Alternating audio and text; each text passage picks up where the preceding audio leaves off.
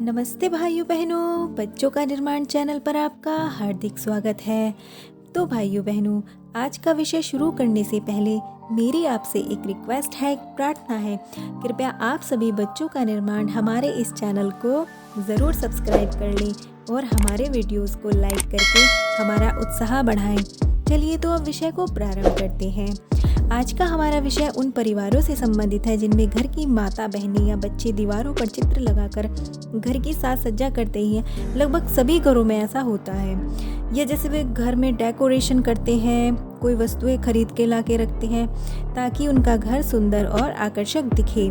परंतु हमारा विषय इन साज सज्जा के सामानों और चित्रों से ही बिल्कुल जुड़ा हुआ है। भाइयों बहनों, आजकल फैशन और दिखावे का ज़माना है।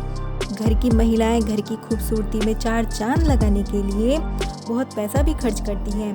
परंतु क्या कभी सोचा है कि किस प्रकार की वस्तुएं या चित्रों को घरों में सजाना चाहिए और किस चित्र से कैसी ऊर्जा घर में स्थापित होगी, उसका रिफ्लेक्शन कैसा होगा और उनका आपके बच्चों पर कैसा प्रभाव पड़ सकता है। चलिए तो बात कर लेते हैं। सबसे पहले बात करेंगे कि कैसे चित्रों को घरों में ना लगाएं।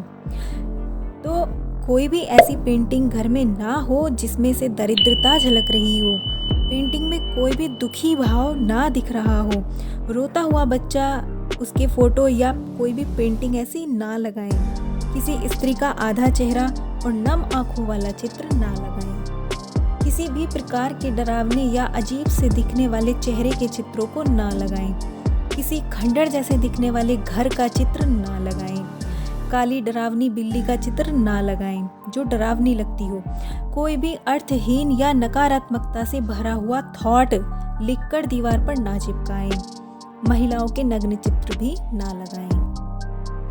और यदि आपने इस प्रकार के चित्रों को दीवारों पर लगाया है तो तुरंत उनको उतार दें। सभी चित्र घर में नकारात्मकता को जन्म देते हैं।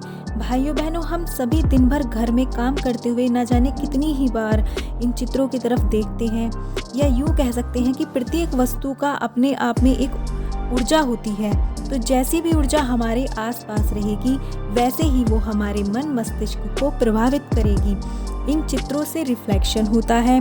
तो जब हम बार बार किसी चीज़ को देखेंगे और फिर उससे जुड़ा चिंतन मन में होगा तो फिर उसी प्रकार के गुण और स्वभाव हमारे मन में आने शुरू हो जाएंगे और वैसा ही हमारा आसपास का वातावरण होना शुरू हो जाएगा।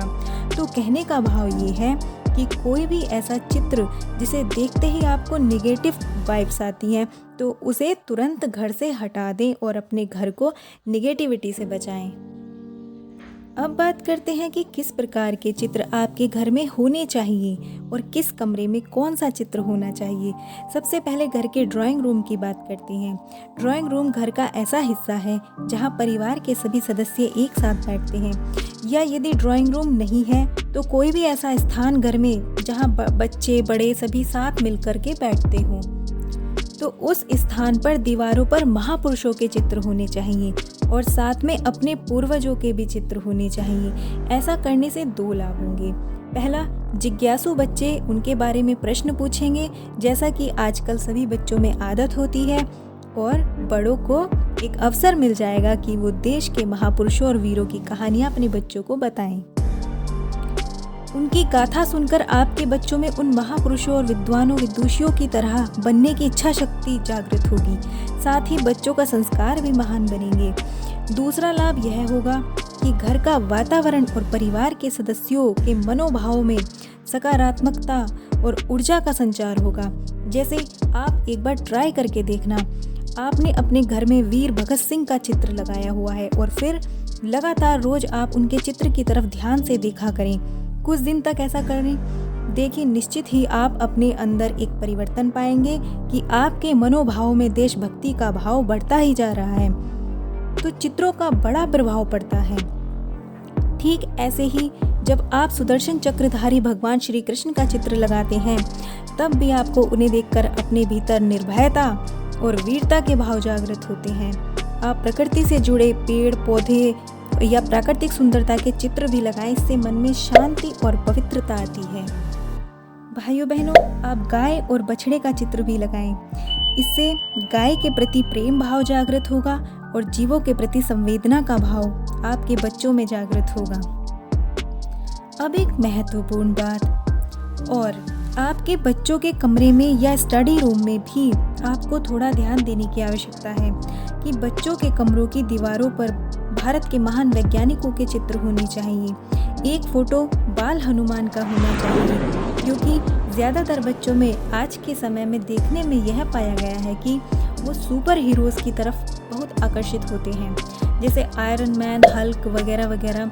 ये सभी तो काल्पनिक हीरो हैं, फिल्मों के हीरो हैं जो कि शराब भी पीते हैं, परंतु आप अपने बच्चों को बताएं कि हनुमान जी एक वास्तविक हीरो हैं जो कि सबसे बड़े सुपर हीरो हैं, और उनका चित्र बच्चों के स्टडी रूम में ज़रूर लगाएं। जब बच्चा उन्हें देखेगा तो उनके ही गुणों को भी धारण करेगा, और जैसे हनुमान जी ने भगवान राम के कार्यों को करने में पूरी ऊर्जा लगाई थी, ठीक ऐसे ही बच्चे प्रेरित होंगे।